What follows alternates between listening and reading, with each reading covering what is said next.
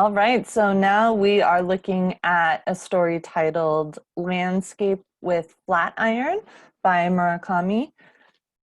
So with this story, we are in Japan, right? In a coastal town with, quote, more driftwood than any other beach I know, right? Which is what Miyake said on page 37. So what do we learn about this town? We don't learn a whole bunch about the town, right? The story really focuses on the setting of the bonfire, right, in the beach. And most of the story takes place on this one night when they're having a bonfire. So we learn that this town is a great place to build bonfires. So what is a bonfire? What does the story say about a bonfire? It is to make a bonfire is to make something for the purpose of destroying it, right? It's not something to last. It is something whose purpose is to be burned and destroyed. The fires are made from discarded, washed up wood. They are described as forgiving, and they are also described as free. And then the fire itself, right, has an element of setting in it as well. And this is on page 36. This is when Miyake is talking to Junko after she asks him what he sees in the fires. And he tells her that, each fire, everybody sees something differently in a fire. And in some fires, okay, anyway, I'll just read it. For something like this to happen, the fire depicting what's inside the person looking at it, right? So that's what Miyake had said, right? That a good fire, when you look at it, it reveals something internal about yourself, right? But not all fires do that, right? He says the fire itself has to be free. It won't happen with a gas stove or a cigarette lighter. It won't even happen with an ordinary bonfire.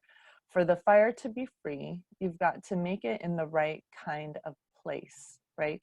So the centrality of place is important in this story.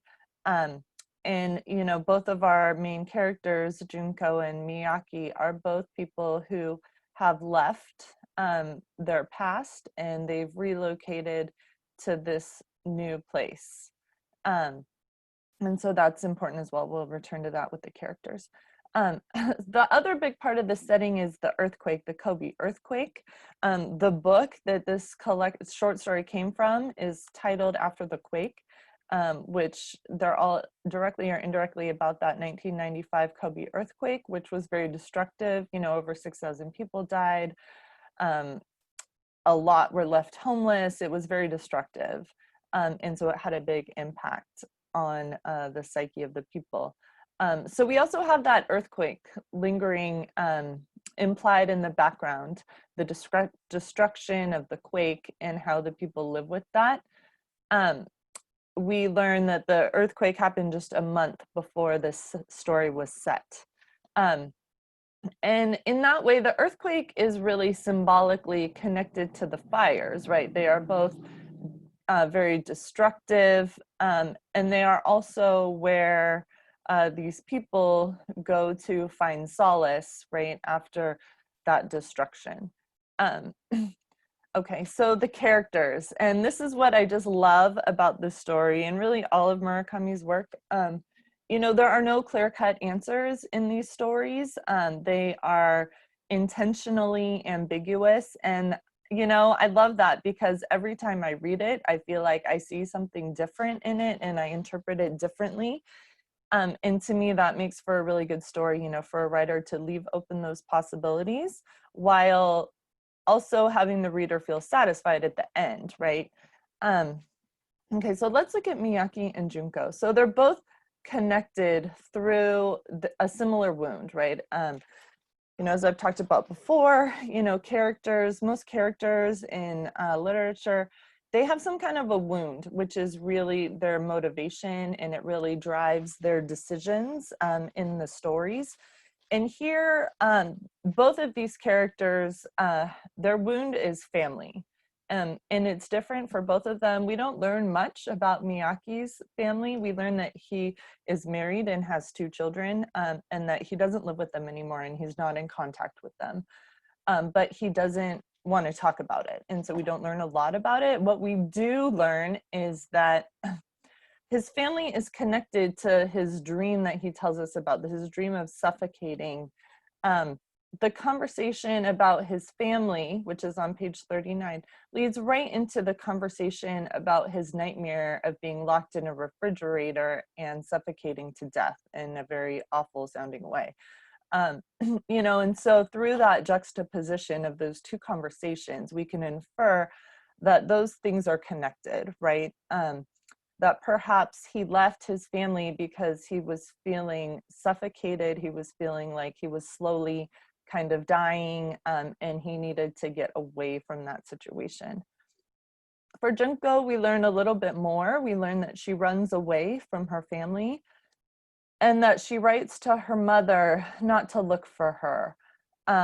She talks about her father and how he seems like he didn't want anything to do with her, and the pressures at school and the pressures of her life were kind of too much. And so she stole some money from her parents and she ran away.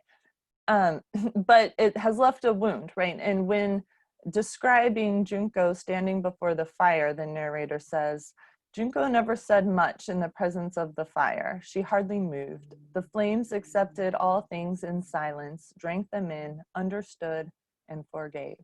A family, a real family, was probably like this, she thought. So here we can tell that her family has left a wound and she's still trying to heal from that in some way. So how do they do that, right? How do they try to heal? Well, Miyake builds bonfires, right? At some point it's described kind of as his art, even though we also learn he's a painter. So there's that act of creation and building, but it's also to destroy, right? To not be suffocated and to find the truth about oneself, right? Which was part of that beautiful conversation that he had with Junko, right? About how fires can reveal what you really see about yourself. Junko is drawn to the fires. She sees herself in them. When discussing what she sees in the fires with Miyake, she says, it's like all of a sudden you get very clear about something people don't usually notice in everyday life. I don't know how to put it. I'm not smart enough, but watching the fire now, I get this deep, quiet kind of feeling. And Miyake reacts by saying that that's what she sees in the fire because that's what's in her. The fire brings that out.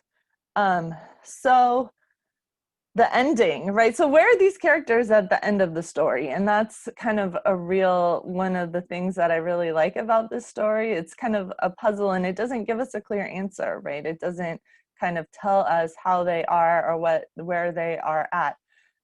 We are left with this image, right, of Miyake and Junko kind of going to take a nap at the end of this fire. And she asks him to wake him up when it's out. And he says, you won't need me to, right? He says this, and she repeated the words in her mind. When the fire goes out, you'll start feeling the cold. You'll wake up whether you want to or not. Then she curled herself against him and dropped into a fleeting but deep sleep, right? So what does that mean? How are they the same? Have they changed over the course of the story? Has Junko changed? What has she learned through this experience of the bonfire?